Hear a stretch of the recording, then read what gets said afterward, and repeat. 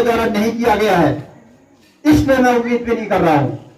अगर करना है, जो भी काम करना है, मैं कहता हूं कि रोड से यहां, मैं पहले भी कह के आया हूं, अभी भी कह रहा हूं, रोड से यहां तक सीसी मार्ग होना चाहिए 3 फीट का। जिसको अपनी जमीन प्यारी है वो चाहता है कि मैं 1 फीट की जमीन है, तो लोग कहते हैं नहीं जमीन नहीं मिला तब सीसी मार्ग नहीं बना। मैं व्यक्तिगत बात करूंगा, अगर 1 फीट जमीन नीचे वाला दे सकता तो 1 फीट ऊपर वाला भी देगा, लेकिन ग्राम प्रधान चाहते ही नहीं थे, क्योंकि उनको दीवार लगानी पड़ेगी। अगर ऊपर वाला खेत कटेगा, उसकी दीवार सहित 1 फीट कटेगी तो दीवार लगानी पड़ेगी, वो उनकी योजना में शामिल नहीं है। करना पड़ेगा तब जाके ये होगा। विद्यालय में क्या है व्यवस्था है? कुछ नहीं है। एक सबसे देखो तो अगर आप बाहर से देख रहे हो, बाहर की समझ जमा गए, अंदर जाके देखो दरवाजे टूटे पड़े हैं।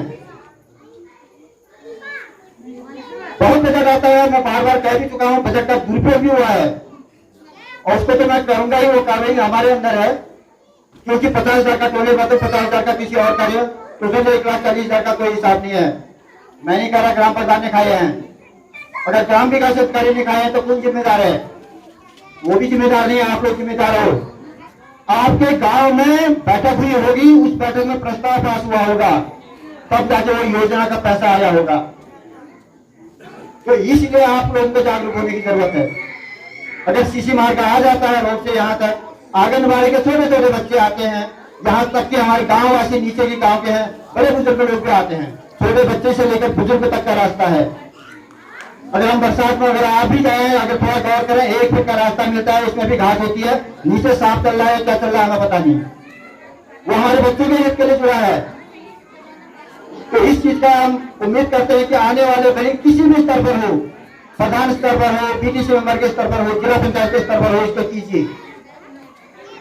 हमने कालीन तो बिछा दी है, लेकिन हम संतुष्ट नहीं है, अभी भी कालीन उखाड़ रही है। अगर आप देखें, हर 6 महीने में मैं उसका ट्रीटमेंट करता हूँ, तो दोबारा चिपकाने पड़ते हैं, हमें चिपकाने पड़ते हैं, बच्चों को चिपकाने पड़ते हैं, तब जाके वो टिके हुए हैं। अगर टाइल बन जाए तो प्राइमरी में भी टाइल लगवा लें, यहाँ भी टाइल लगवा लें। हम अपनी जेब से कुछ नहीं लगा रहे हैं, सब सरकार दे रही है।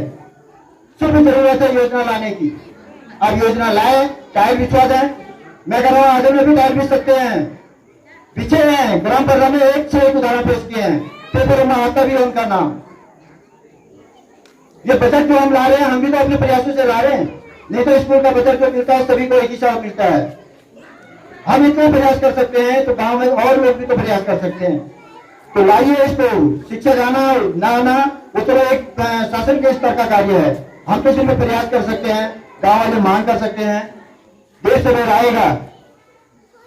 AI सिस्टम का आ गया है, कंप्यूटर से ही पढ़ाई शुरू हो गई है, सारी ऑनलाइन सिस्टम है, बहुत कुछ आ सकती है।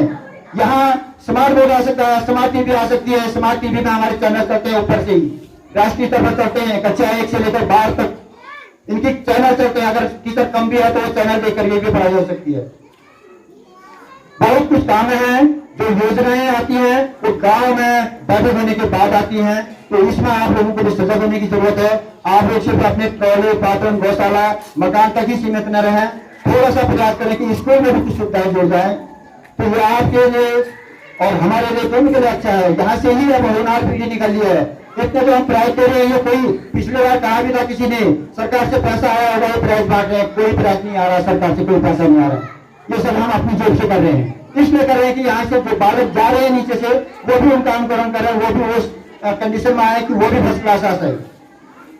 मैं कह रहा हूँ हमारे विद्यालय से पढ़े बच्चे इतने तक चले गए हैं, मैं बच्चे का नाम तो नहीं लूंगा, लेकिन मैं उम्मीद करता हूं उससे कि वो उत्तराखंड की टॉपर लिस्ट में आ जाए।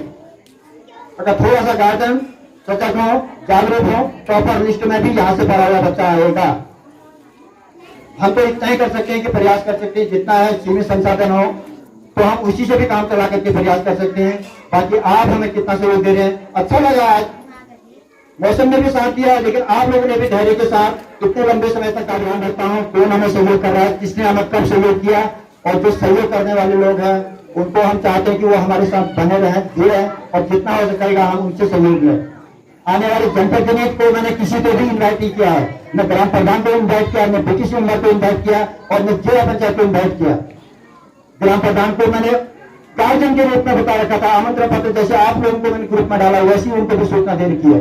अगर हमारा यहाँ पर जनपद कोई आ गया होता, बीटीसी मेंबर आई होती, जिला पंचायत सदस्य आया होता, तो अगली बार मेरी जिम्मेदारी बनती थी कि मैं उनको यहाँ इस मंच पर बुलाऊं, किसी भी कार्यक्रम में बुलाऊं। अगर जब वो आएंगे नहीं, बिना बुलाए नहीं आएंगे, सहयोग नहीं करेंगे, तो मैं भी किसी को बुलाने वाला नहीं हूँ। सम्मान उसी को मिलेगा जो विद्यालय हित की बात करेगा, सम्मान उसी को मिलेगा जो स्वयं विद्यालय के लिए प्रेरित होकर के आगे आएगा। अन्यथा इस सारे पद मेरे डिस्कशन और अंत में इस सभा के समापन की घोषणा करें।